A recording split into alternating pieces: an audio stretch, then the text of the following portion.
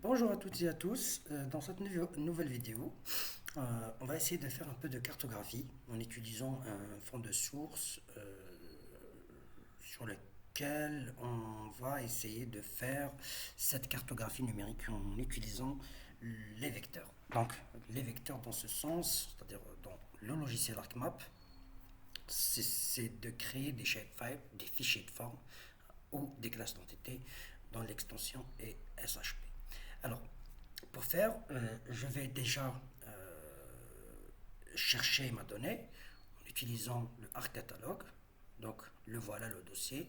Bon, s'il n'est pas là, je vais essayer de faire. Alors, ajouter un dossier. Donc, mon dossier il se trouve dans Bureau, Carto. Donc, je fais comme ça. Voilà. Et voilà ma carte. Donc, je fais glisser comme ça.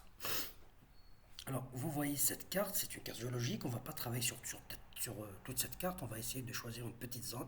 Donc, délimiter une zone à partir de quoi? À partir de quelque chose qu'on va essayer de faire ici. Alors, en fait, je vais utiliser un shapefile qui s'appelle banque commune. Donc, c'est un vecteur. Je vais l'ajouter ici. Donc, vous avez si je fais vue générale, voilà, vous avez tout ça. Alors, je vais utiliser ce shapefile pour délimiter une petite zone de ma carte. Donc, ce que je vois rien. Donc, qu'est-ce que je fais? Je fais creux ici. Voilà. Alors, ce qu'on on va choisir par exemple une zone où c'est facile de faire le travail. Enfin, voilà, on va essayer par exemple de faire celle-ci.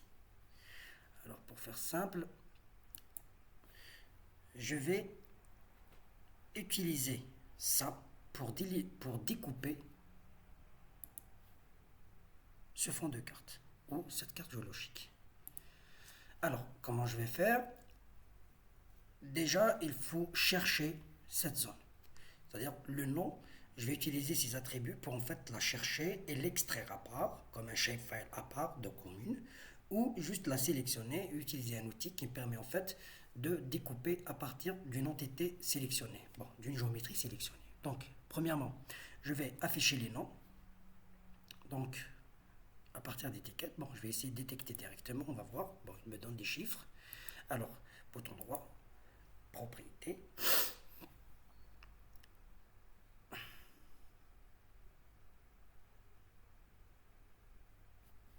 Donc, dans étiquette, je vais utiliser le name.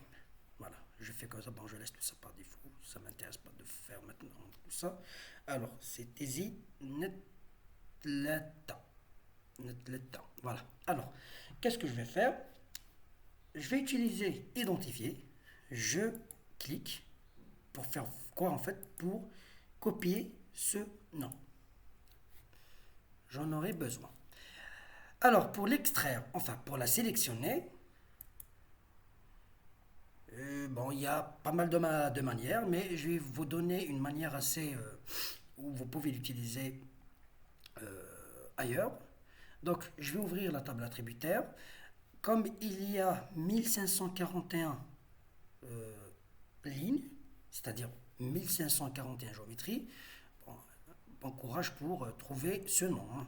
Donc, ce que je vais faire, je vais utiliser un outil qui me permet en fait de sélectionner à partir des attributs. Voilà pourquoi je l'ai copié. Donc qu'est-ce que je fais? Je vais cliquer ici. Je dis le name égale en fait à quoi? En faisant ceci. Ça. Lui, qu'est-ce qu'il va faire? Il va la sélectionner en fait. Alors s'il y a un problème, c'est que on a un problème quelque part.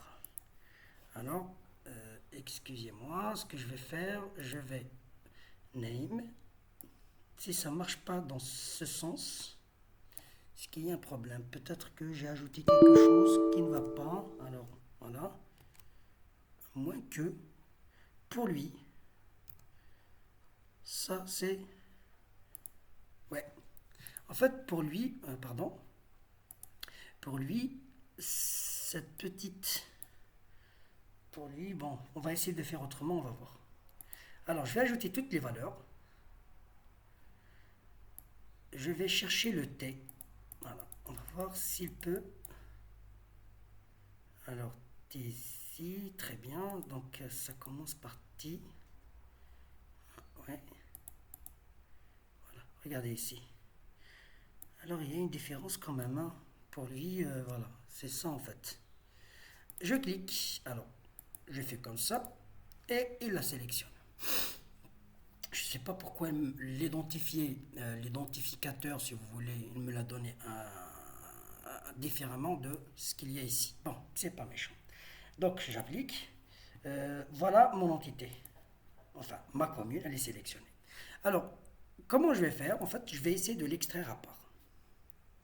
Donc, je fais bouton droit, données, exporter des données. Donc, il va me donner la possibilité de lui donner, voilà, de lui donner un shapefile à part de commune. Donc, je fais comme ça et j'ajoute. Là, voilà. Donc, j'en ai pas besoin de tout ça. Maintenant, je peux supprimer. Voilà ma carte, plutôt ma commune. Et voilà ce que je vois ici. Alors, très bien. Bon, je peux faire ça. Donc, ce que je vais faire, je vais essayer d'utiliser ça comme imitateur en découpant cette partie-là. Je ne vais pas utiliser toute la carte géologique, c'est énorme quand même. Ça va prendre beaucoup de temps pour la terminer. Donc, je suis juste pour vous apprendre comment on fait d'ailleurs. Alors, dans Arc Toolbox, on va utiliser un outil qui nous permet de découper. Normalement, bon, c'est l'une des manières pour faire ça. Et c'est très pratique dans le sens où vous avez par exemple une grande carte, par exemple, voilà, comme par exemple cette carte à 50 millième, mais vous avez qu'à cartographier une petite partie ou une zone bien définie de cette carte. Bon, vous pouvez faire ça. C'est une question d'échelle. Ça va vous permettre d'être plus efficace dans votre cartographie. Alors, ça prend un peu de temps, voilà, c'est bon. Alors, outils Spatial Analyst, extraction, masque, extraction par masque. Alors, je vais utiliser Jol comme source et je vais utiliser la commune qui me permet en fait de l'extraire. Alors, ce qui est un petit peu bon, embarrassant ici, c'est que qu'est-ce qu'il fait? Il va créer un raster de cette région, mais il va la mettre dans le document ArcGIS Default GDB, ainsi de suite. Alors que je veux que tout mon travail se fait ici. Enfin, s'enregistre dans mon dossier. Ce que je vais faire comme ça, géotraitement, environnement, espace de travail. Je lui dis, à partir du moment que voilà, j'ai commencé à travailler, en fait, je mets mon travail ici. Alors, au lieu de le mettre dans un dossier, je vais le mettre dans... Bon, on va le mettre... je ne sais pas. Bon, on va le mettre dans un dossier. Voilà. Donc, il suffit seulement de le sélectionner. OK. Bon, pour les fichiers temporaires, si vous voulez aussi. Bon, voilà. OK. Plutôt le travail temporaire, un espace de travail temporaire. Alors, je vais juste voir ce qu'il est en train d'enregistrer. Très bien. OK. Alors, je refais. Extraction par masque. Géol, ma zone. Et voilà. Extract. Il va la mettre ici. Donc, je vais l'appeler zone, si vous voulez. Zone étude. Zone d'étude, voilà. Attendez, alors qu'est-ce qu'il me demande ici? Il reste en sortir la longueur du nom. Voilà, c'est trop. Ben, par moment, il le fait. Voilà. Je vais faire ceci. Très bien, voilà. Donc, je peux éventuellement supprimer cette couche. Et voilà mon travail. Enfin, voilà ma carte à géoréférencier. Plutôt à cartographier. Alors, comment je fais maintenant? Je vais créer ce qu'on appelle une géodatabase. une géodatabase fichier. Bon, une géodatabase en gros, c'est un espace de stockage qui me permet en fait de gérer de grands volumes de données, que ce soit vecteur, raster, table, tout ça.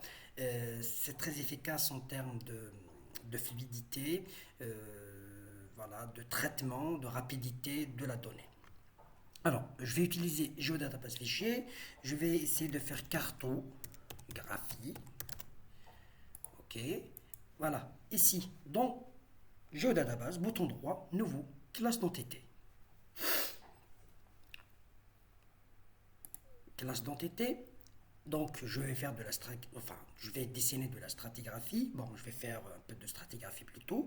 Donc, stratigraphie. Faut pas mettre des noms avec des accents, avec des espaces et tout ça. Essayez de faire un nom simple. Et l'alias, vous pouvez écrire ce que vous voulez. Alors, entité, c'est polygone, du moment que c'est des surfaces. Le système de projection, si vous ne connaissez pas le système de projection de votre carte, alors utilisez couche. Ça serait intéressant d'utiliser la même projection, toujours. Sinon, il y aura un problème de... Voilà. Suivant. Suivant. Ça m'intéresse. Alors, c'est le champ, c'est-à-dire c'est la partie attributaire de l'information stratigraphie. Donc, ce que je vais mettre ici, je vais mettre par exemple le nom. Bon, je vais mettre texte, voilà, 50 caractères. Il te dit, tu peux écrire jusqu'à 50 caractères, y compris les espaces et tout ça. Maintenant, vous faites très attention. Si vous avez une information où vous allez écrire tout un texte, c'est-à-dire tout un poème, je ne sais pas quoi, dedans, donc il faut quand même mettre une longueur assez grande. Hein. Sinon, vous aurez un problème plus tard. Vous ne pouvez pas, par exemple, si vous dépassez les 50 caractères, ben, il faut supprimer le champ et revoir. Bon, il y a peut-être une autre manière de le modifier, mais bon, pour ça, bon, il faut déjà prévoir le nombre de caractères que vous allez écrire. Alors, 50, voilà. Ici, je sais pas, je vais mettre par exemple l'âge, si vous voulez, âge, toujours du texte. Alors, je vais mettre 30. Bon, je laisse tout ça pour le moment, on verra. Peut-être que je vais changer quelque chose ou ajouter quelque chose, on verra. Alors, terminé. Donc, vous avez ici stratigraphie. Alors, je vais faire ceci et je vais commencer mon dessin. Voilà votre outil de dessin. Elle est là, en fait, c'est celui-ci. Je peux, bon, éventuellement, si on le ferme ici, on peut l'ouvrir à partir de là. D'accord? Donc, ce que je vais faire éditeur et ouvrir une session de mise à jour. Je peux le faire ici, comme je peux le faire directement ici, bouton droit, modifier les entités, ouvrir une session de mise à jour. Alors, ils sont activés. Cherchez le dernier bouton, stratigraphie. Alors, je vais dessiner quelque chose, bon, rapidement. Alors, je vais choisir quelque chose de très simple. Alors, je vais faire ceci. Alors, on va mettre cette petite partie. Voilà, je vais commencer directement. Bon, je peux éventuellement fermer ça pour ne pas m'encombrer. Et à chaque fois que je me déplace en fait, je crie un point. Ou un nœud si vous voulez.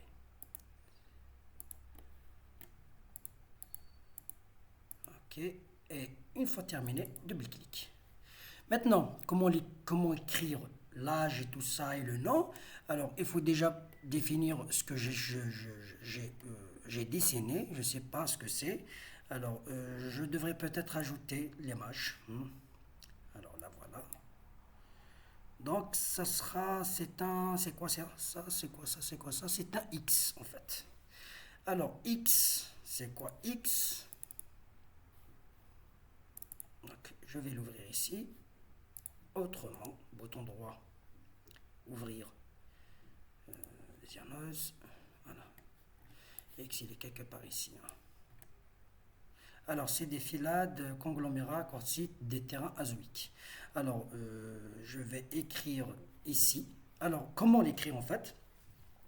Soit euh, en utilisant ces attributs, mais votre entité doit être sélectionnée comme ça. Parce que regardez, quand je fais ça, et que si je désélectionne, voilà. Donc, je sélectionne pour afficher ce que vous devez écrire. Sinon, vous pouvez utiliser la table attributaire ici. C'est la même chose. Bon, ce qui est intéressant aussi, les classes d'entité par rapport au fichier de forme, c'est que il crée automatiquement deux champs. Le shape length, ça veut dire le périmètre, et le shape area, c'est-à-dire la surface. Alors, je vais écrire le nom ici. Le nom, ça veut dire c'est ce qu'il y a ici, en fait. Filade, conglomérat et tout ça. Alors, filade, conglomérat et quartzite. L'âge, bon, je sais pas, bon, on va mettre un nom. Je sais pas s'il y a quelque chose ici. Alors, il n'y a que des terrains azoïques, donc je vais faire terrain azoïque alors que normalement, bon. Sinon, je vais faire un âge de paléozoïque. Voilà, bon, c'est pas méchant, c'est juste pour une petite démonstration. Alors, je vais faire un autre. Je reviens une fois que j'aurai terminé tout ceci.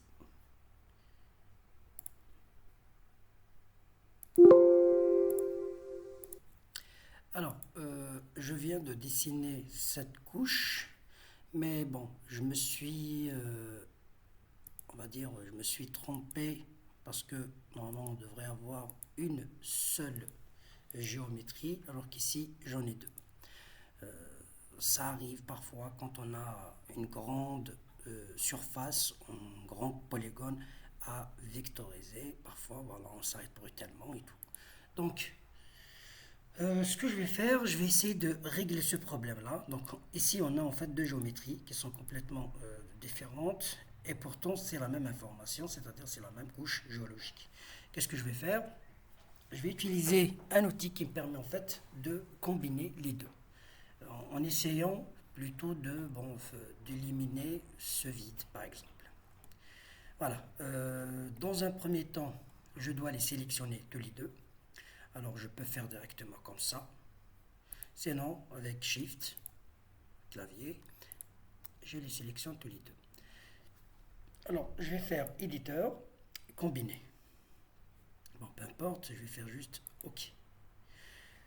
Ça marche très bien. Mais il y a quand même ça et ceci.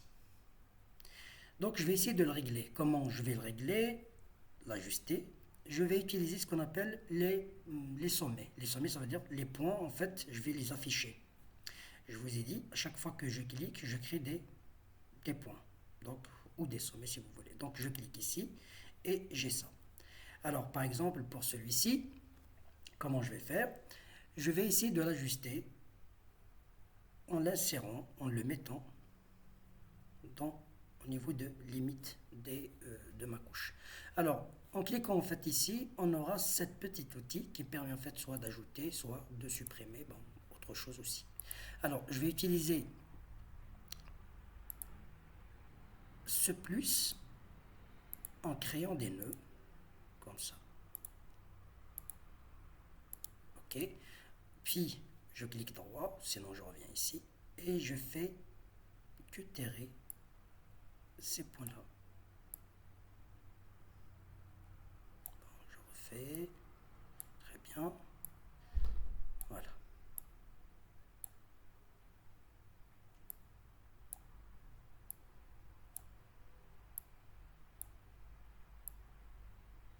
Bon, c'est pas aussi parfait que je l'espérais, mais bon. C'est juste pour montrer comment on fait ce genre de choses. Alors je reviens vers celui-ci, je fais la même chose, afficher les sommets, je zoome. Bon, je peux ajuster ici. Voilà. Je peux créer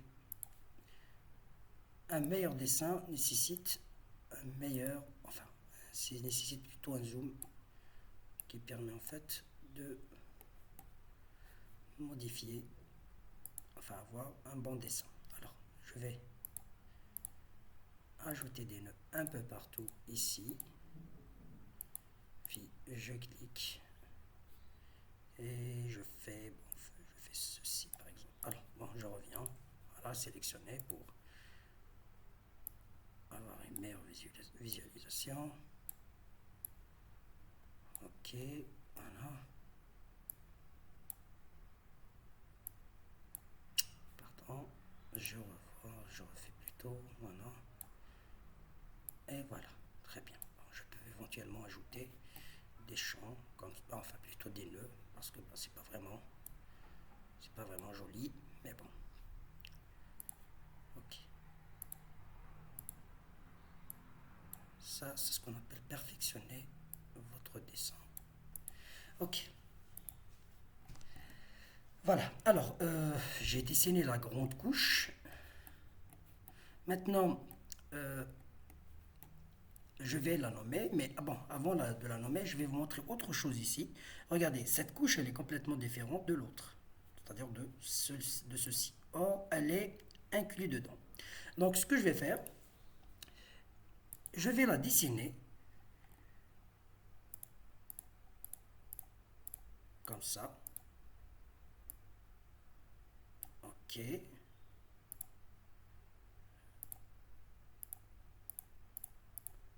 Très bien. Ok. Alors, si je fais par exemple une symbologie maintenant, ce que je vais voir en fait, bon, on va essayer de faire ceci. Oh, pardon. Alors, je supprime. Regardez, cette couche, ou plutôt cette géométrie, elle n'est pas visible. D'accord? Elle n'est pas du tout visible. Donc, ce que je vais faire, je vais la sélectionner. Regardez, quand je clique ici, il me donne ce bouton. Ce que je fais, je lui dis, en fait, tu me sélectionnes celle-ci. Elle doit être sélectionnée. Puis, j'utilise éditeur et je vais faire découper. Et je fais OK. Très bien. Maintenant, elle est à part. Regardez. OK. Ça, c'est aussi une méthode très efficace pour extraire des géométries qui sont dans des géométries plus grandes. Alors, je vais la nommer maintenant. Je vais faire en fait la même chose parce que j'ai déjà nommé celle-ci et c'est la même couche géologique. Qu'est-ce que je fais? Je clique ici. Alors, je dois en fait, bon, je me suis trompé sur le nom, j'ai mis un E ici, bon, c'est pas méchant. Je vais mettre le même nom, c'est-à-dire je ne vais pas, si par exemple, on va voir. Alors, si j'ai mis Felad avec P majuscule, virgule, tout ça, c'est-à-dire je dois écrire en fait la même chose ici. Donc je peux éventuellement faire comme ça, copier et coller. Et je vais faire la même chose ici. Copier et coller. Alors que l'autre, qui est ici, en cliquant ici, bon, je ne sais pas ce que c'est, donc ce que je vais faire en fait, je vais ajouter toute la couche et voir ce que c'est. Alors c'est un A2. Alors A2, c'est quoi A2? Donc A2, bon, A2 quelque part, je pense ici. Voilà, c'est des alluvions récentes. Donc je vais écrire alluvions récentes. Alluvions récentes. Et, pardon, récente. Et ici, l'âge, je vais mettre, bon, quaternaire. Voilà, très bien. Ok. Jusqu'à maintenant, la symbologie, c'est la même chose. On n'a pas vraiment de différence, regardez. Voilà, tout est noir et tout. Et même si je mets une couleur, ça sera la même chose aussi. Bon, d'ailleurs, ça ne se voit pas ici, parce que je n'ai pas fait de contour. Alors, je reviens. Je mets ma carte. Alors, si j'essaie de dessiner cette couche en jaune, qui est le E3T, quelque chose comme ça, qu'est-ce que je vais faire? Bon, je vais faire le même principe. Créer des entités.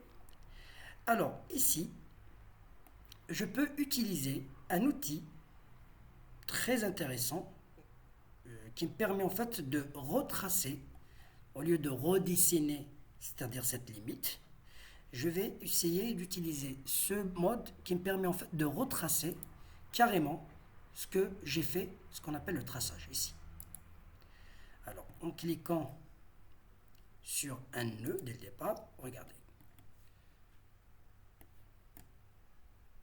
Voilà, il est en train de retracer en fait mon dessin. Bon, je dois faire quand même attention comme ça. Bon, je vais essayer de dézoomer, c'est plutôt plus efficace. Regardez. Voilà.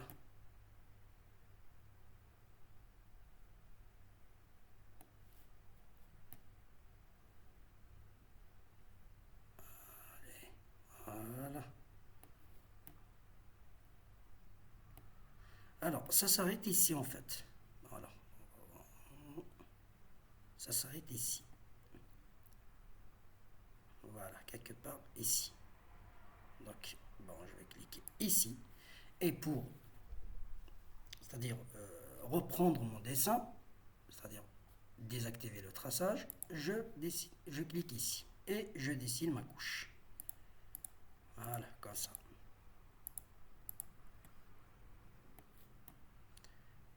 Alors, je vais faire vite.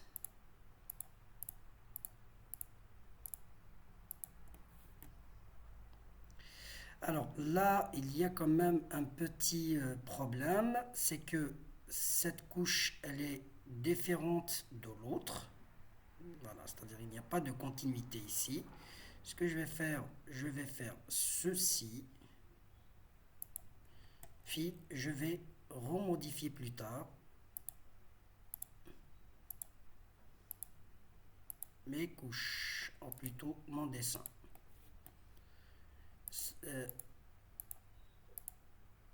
Le plus important, c'est normalement, avant de dessiner, il faut vraiment observer votre carte, voir les limites de chaque couche que vous allez cibler pour la digitalisation et de faire très attention. Mais bon, c'est pas méchant.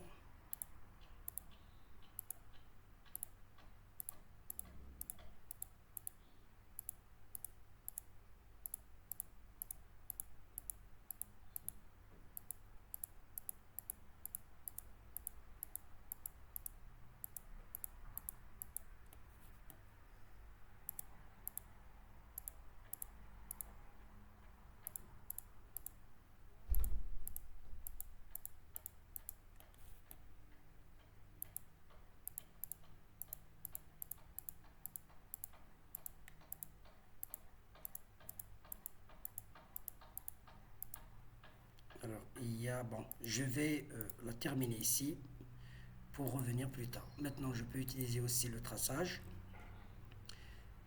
Voilà, très bien. Je pense que je me suis déjà... Non, non, ça va. Et je clique ici, très bien. Voilà. Alors, voilà ma deuxième couche. Là, maintenant, il y a quand même un problème. Bon, c'est pas vraiment un problème, c'est la même chose, il n'y a pas de souci. Regardez, voilà. Alors, je vais la nommer. Alors, c'est quoi en fait le T quelque chose? Bon, pour avoir une meilleure visualisation, je vais essayer de faire ceci. Voilà, ça. C'est le E3P et non pas le E3P, E3P. Voilà, pudding Y. C'est bon, je sais pas, c'est le numidien. Voilà, on va mettre le numidien. Bon, juste pour un exemple, pudding Y. Pudding, les puddings Y. Et ici, on va mettre numidien. Numidien inférieur. Voilà, très bien. Alors, on va essayer de passer à l'étape suivante en disant que bon, on a terminé notre cartographie. Donc, je vais enregistrer et je vais quitter ma session de mise à jour. Alors, comment faire de la symbologie? Ce qu'on voit ici, voilà, regardez. Donc, on a trois couches différentes qu'on peut visualiser à partir d'ici. En fait, 3 couches, bon, c'est la même chose, hein, pour les filades et tout ça, c'est la même chose, c'est la même information. C'est la même couche, voilà, géologique. Mais en gros, on a 3. Alors, comment je fais pour faire de la symbologie, c'est-à-dire pour séparer visuellement mes couches géologiques? Donc, double-clic sur stratigraphie.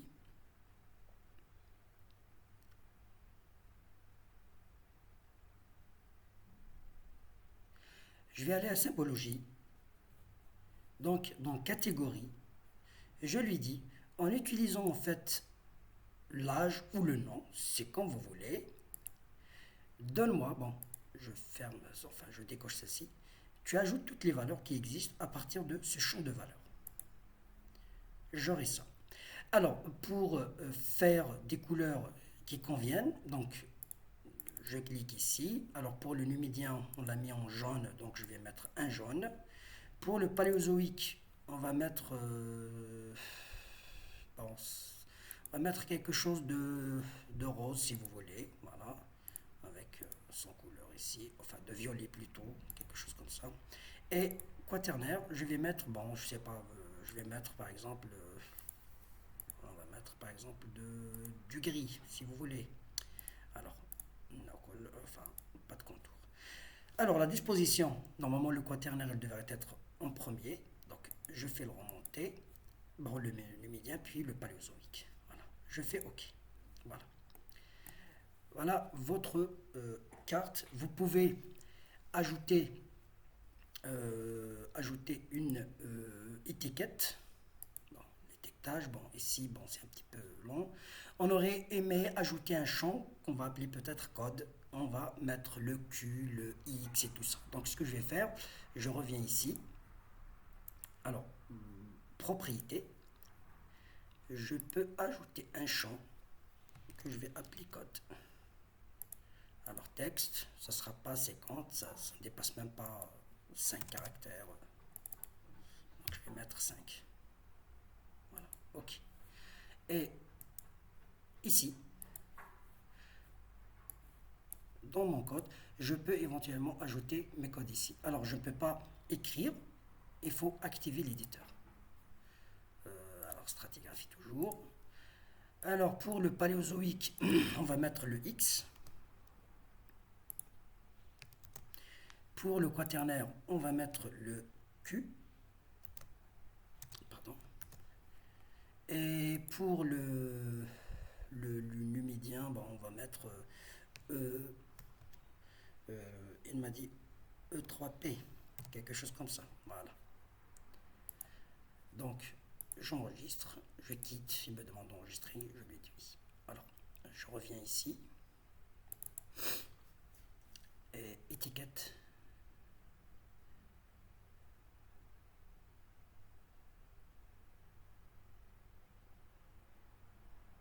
Alors, je vais ajouter le code. Je lui dis OK. Voilà. Bon, éventuellement, je peux jouer un petit peu sur la symbologie avec plutôt avec l'étiquette en disant bon pour je vais mettre par exemple du time New Romance bon 8 je vais faire par exemple un en gras et je vais faire OK. Voilà. Alors, en gros, c'est ça, en fait, faire de la cartographie en utilisant des vecteurs. Bon, il y a pas mal de choses à ajouter, il y a pas mal de choses à faire. Bon, ça, c'est pour une petite initiation, d'accord? Ce qu'on va faire, on va continuer dans notre lancée. Je vais essayer de terminer cette carte et revenir pour faire un peu d'habillage. Bon, on va faire un peu d'esthétique et tout ça pour la rendre plus attrayante. Alors, ce que je vais faire, je vais enregistrer mon document ArcMap. Ici, il est écrit sans titre. Donc, pour euh, l'enregistrer, je vais cliquer ici, enregistrer. Donc, dans mon dossier Carto, je vais nommer, par exemple, Carto Géol. et j'enregistre. Ce qui est intéressant avec les documents ArcMap, qu'est-ce qu'il fait en fait? Il enregistre ce que vous voyez ici, ce qu'il y a ici. Le nombre de couches, la symbologie, le zoom, par exemple, si je zoome ici, lors de son ouverture, il va m'ouvrir là où je me suis arrêté, tout simplement. Maintenant, il faut faire attention, si par exemple vous avez supprimé cette couche de votre dossier, ben, vous aurez un problème. Voilà, il vous dit, voilà, soit votre couche a été supprimée, soit elle est déplacée, tout ça, donc il faut la rechercher pour l'afficher. Donc il faut faire attention. Voilà, ça c'est une question d'organisation de votre travail, de votre espace de travail, de votre workspace. Voilà. En gros, c'est ça. On va continuer dans la prochaine vidéo. Bon, je vais essayer de faire tout ça et revenir vers vous. Alors, merci et à la prochaine.